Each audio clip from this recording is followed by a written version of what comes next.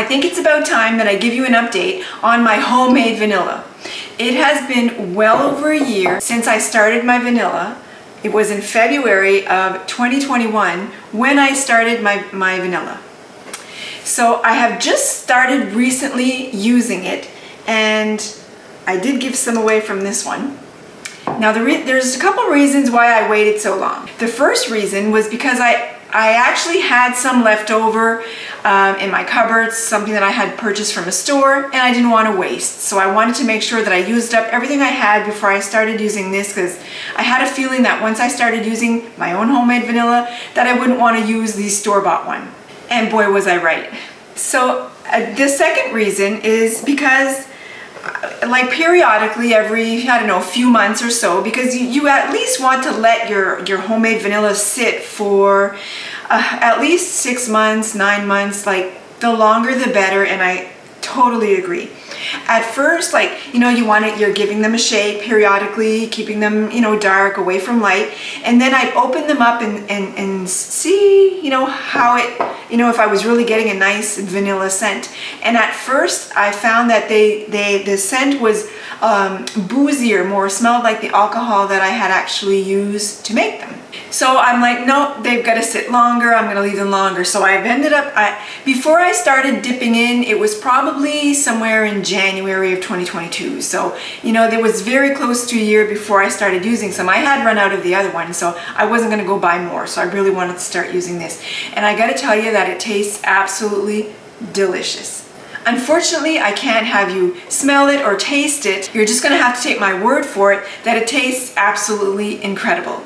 But what I am going to do today is I'm going to start more vanilla. So, and there's one thing that I want to do different than I did in the first time. And if you haven't seen that video, be sure to check that one out as well. So let me show you.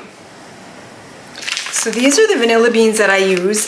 Remember, you always have to use a grade B vanilla bean when making your homemade vanilla. And they're from Madagascar, and I get 10 per packet. So I'm going to divide them into three jars. What I want to do different from last time, if you remember, last time when I made this, I cut the beans and I scraped the beans out of the vanilla bean, put them inside the jars, and then threw the beans in the jars with it.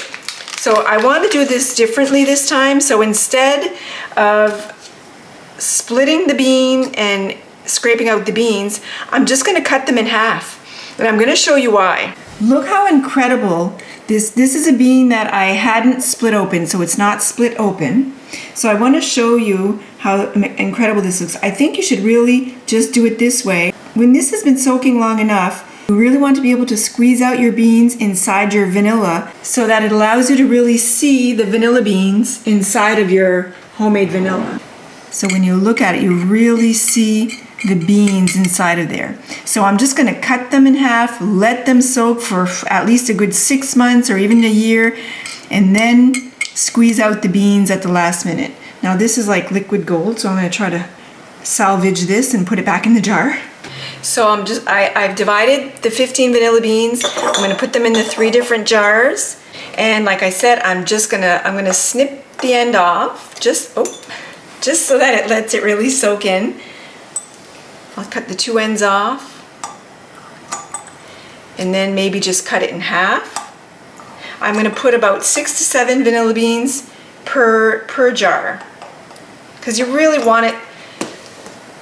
You really don't want to skimp out on the vanilla flavor, and that's it. So I'm just going to proceed to do this with all the vanilla beans.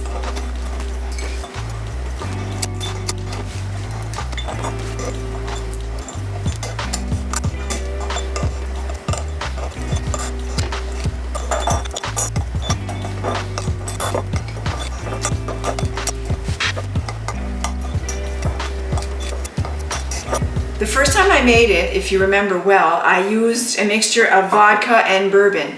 And I really do like the bourbon flavored vanilla as well, but I don't have any on hand, and I do happen to have a lot of vodka. So I'm going to make all 3 of these bottles with the vodka, and I'm planning on ordering more vanilla beans, and we'll make some more bourbon as well. So let me pour this vodka inside these jars.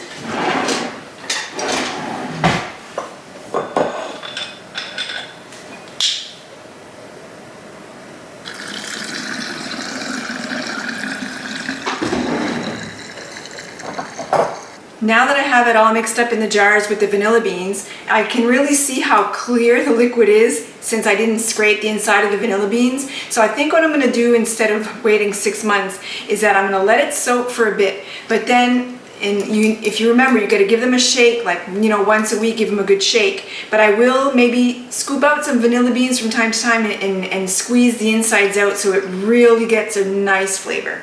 And if I see that it's not getting dark enough, then maybe I will cut it open and really let all those flavors come out. So we'll see as we go. It's going to be tested. I guess I really haven't answered the question, was it worth it? But I think the fact that I've started another batch absolutely proves that it was definitely worth it. Now all I need to do is bring this to this again. But I have no regrets. It is so good. One thing that's really important, because you really forget, is to mark it again. I'm going to mark it on these new bottles when I started it. So I really encourage you to make your own homemade vanilla. I don't think you'll go back once you do. I hope you enjoyed this video. I hope you enjoy my content. If you do, give it a big thumbs up. Don't be shy. Feel free to subscribe, and be sure to check back again soon to see what other content I'll have coming up.